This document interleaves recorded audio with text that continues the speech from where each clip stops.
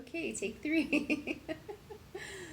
Oh shoot, I wanted to make a video because it's just about a year, not quite really, it's more like 9 or 10 months, but close enough from when I had surgery, and I wanted to share some of how things are now, basically 10 months after having a double mastectomy. I had cancer on this side, and I elected to have both breasts removed. They did nipple sparing and nipple and skin sparing. I don't think you could spare the nipple without sparing the skin, but that's what they say. And so yeah, I was just thinking the other day so right now I have a tissue expander on this side, and I have a breast form on this side. So I have like a totally flat. I was actually going to show part of it, but now I'm not going to bother removing all my clothes. So it's just like a breast form that I went and got fitted for. And if you need to get a breast form or want to get a breast form, I definitely recommend going somewhere where you get fitted for it, because I saw a friend of mine, she had one, and she's like, oh, check it out. And it looked perfect. Like, I just stuck it in my bra when she showed it to me. And it was like, there's so many different sizes, so you might as well get one that really fits. They tried to give me one that had a lot of, I guess this is called the upper pull, which I know from the breast augmentation groups. So because these expanders are so, like, they stick out a lot up top. They tried to give me one that stuck out more on the top, but it still doesn't really compare quite the same. So yeah, the other day I think I was just laying in bed or just playing with my daughter, we were goofing off, and I was like feeling around under here, which this side I had 4 lymph nodes removed, either 4 or 6, I always forget, from this side. And this side I didn't have any, but oddly, this whole area right here um, has a pretty significant loss of sensation. Like right here, I can feel it, but it's not like it's not like poking here or something. It's just such a different level. And I just don't really understand why I'm having, why there's such a loss of sensation, like way up in the armpit and over here, where I have more sensation on this side where lymph nodes were taken. So I'm curious about that. I know I'm not going to get all the sensation back, because I've heard people say that.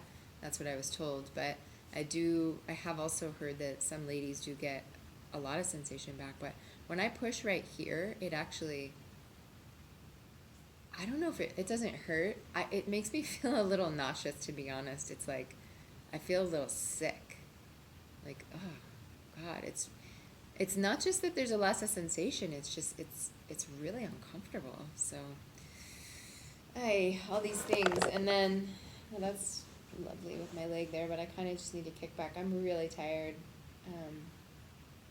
I started taking the Promacta for the ITP, and I was hoping some of my tiredness would go away, but it hasn't really.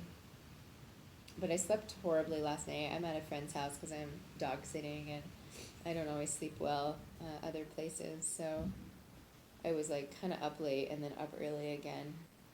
But yeah, so I ended chemo in October, so I'm really close to that being a year later. And here is the hair growth I have.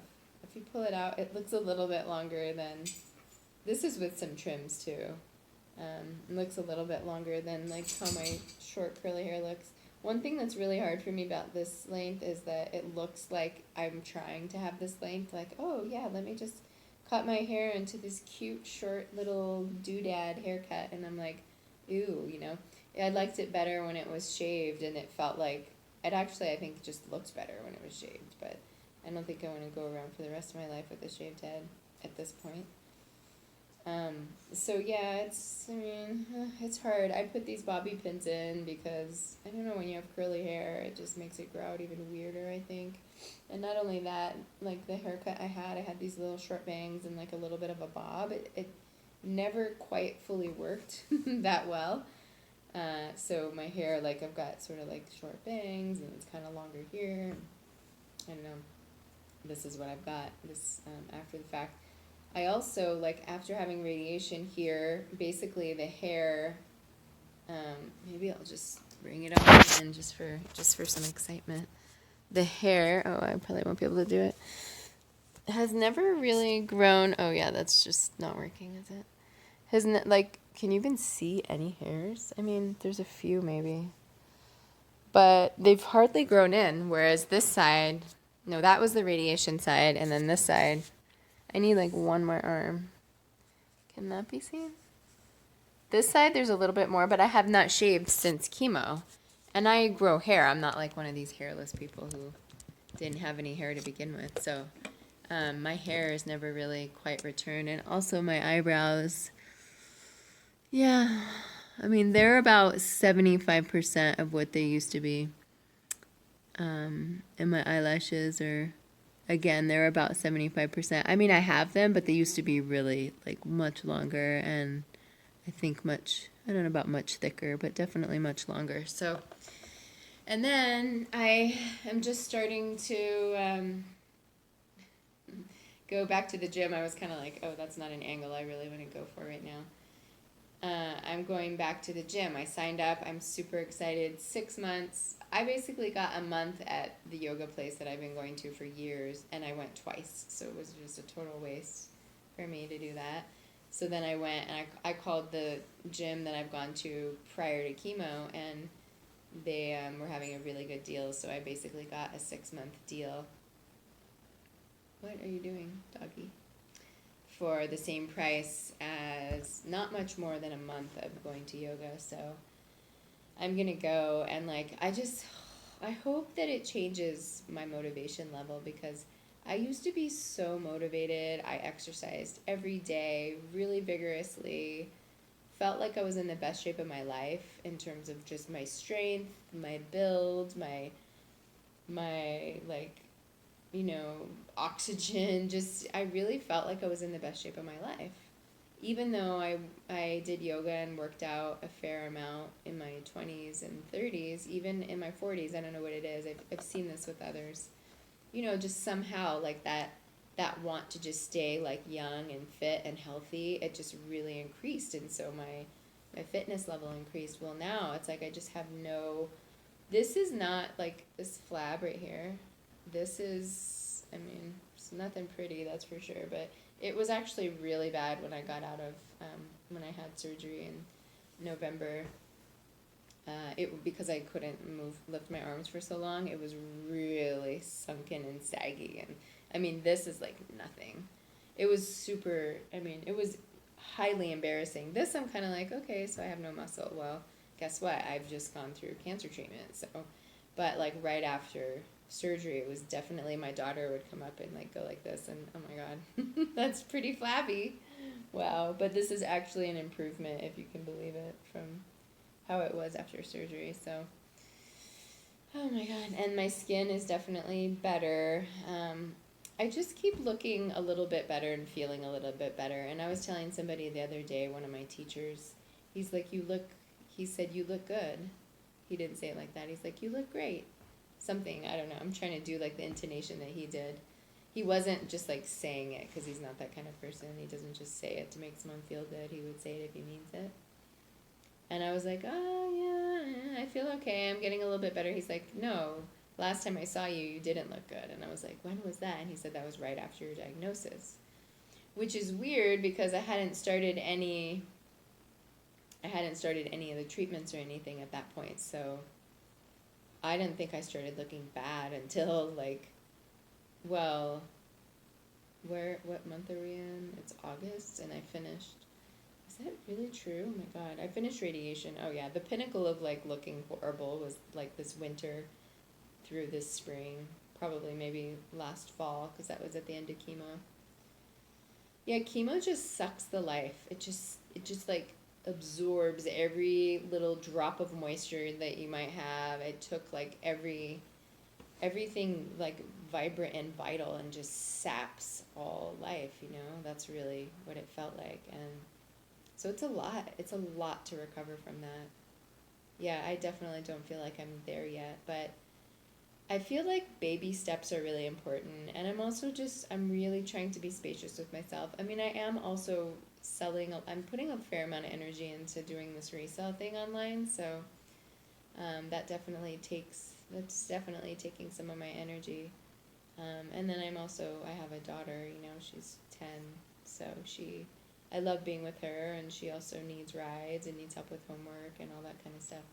But I do feel like I usually say like 0.5% a day I'm getting better, but I think it's less than that. It's probably like 1% a week. I'm like, is that true? 4% a month? That seems too fast. It seems too fast. I'd say it's 2% a month or something like that. Anyway, I get all like crazy about the numbers and being exact. But the point is to say I'm getting better, but it's just like so slow. It's so slow. And I don't feel like I have the energy that I used to have. And I don't really know how much of that has to do with the ITP and how much of that has to do with cancer treatment. I've said this before too, it's like I don't really think it's the cancer that necessarily makes us feel bad, because for many of us at the time of diagnosis, I felt great. People are like, how'd you feel when you learned you had cancer? I'm like, I was in the best shape of my life. I felt the best. I felt the best I think I probably had ever felt, or definitely close to it, if not. I was the most active and the most fit at that point. So yeah, I mean, it's really the cancer treatments that beat you up, definitely beat me up. So yeah, almost a year later, this is the state. I really thought it was cool. Somebody had one of those blender apps that took like, half of like, here's how I looked before, and then here's how you look during chemo. Or you can do, here's how I look in chemo, and here's how I look now. And I couldn't do it, but I really wanted to just... There's like 2 pictures of me that are really hard to look at. Oh my God. One I sent to my dad, and my dad, I remember, showed it to me, and he was like, wow, this is a lot. This is how you looked. And I'm like, I know, it's intense. And yeah, it's like we're so wired to relate to things so externally, in some ways, like how we look. And so it's like, it's natural that I would feel a lot of attachment to how I looked before I had cancer and want to look that way again, Sometimes I'll look at pictures, I'll be like, wow, I would love to just look like that again. And at the time, I, probably wished I looked different or something. I don't really know. I don't know. I think I was pretty happy with myself at that point, but... yeah, just like wanted to share a few little tidbits. I wonder if there's anything else about it. Mostly just the hair growth, the skin, the level of exercise, like the sensation that I feel and don't feel. It's really weird. And then I'm going to have to go through it all again, but there shouldn't be further nerve damage, right? I mean, it's like I had my nerves, unless I do abdomen, and I just don't think I can do that, because then I'm going to impact the level of sensation that I have in my belly. So then if it's anything like this, oh no, I don't want that. This is just, I can't really describe it. I wish I could. Touching right here is like, it really like makes me feel a little nauseous. So I don't know what that's about, but luckily I don't need to touch there very often. Yeah, anyway, thanks for listening and being there with me. Oh, I think I forgot to say that I was having... Yeah, I think I told someone else this. I left it out of my video. The last couple of days, I've been getting these really bad stomach cramps, and I was like, oh, maybe it's from that Promacta, maybe that stuff, because it did say you could get nausea and vomiting in like worst case scenarios. I think that happens for 7 to 8% of the people, and so I thought that was happening, and then it turns out like there's a little bit of blood when I pee, and it's not like blood like I have ITP, like a menstrual cycle, so... I just turned 45, and I just assumed that I was going through menopause because I'm 45, but I read that the average age is more like 52, and then it usually follows in like whenever your mother had her, oh my God, I just can't talk.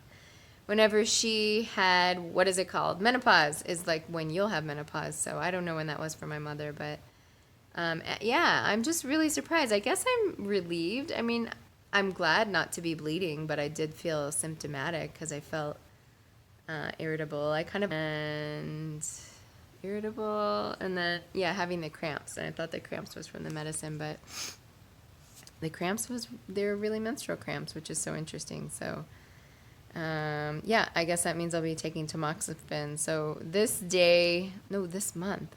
Wow, I'm gonna do blood on next Tuesday and meet with the plastic surgeon next Tuesday, and then I'll be starting the tamoxifen right after that. So, oh my God, I'm gonna go back to hot flashes, and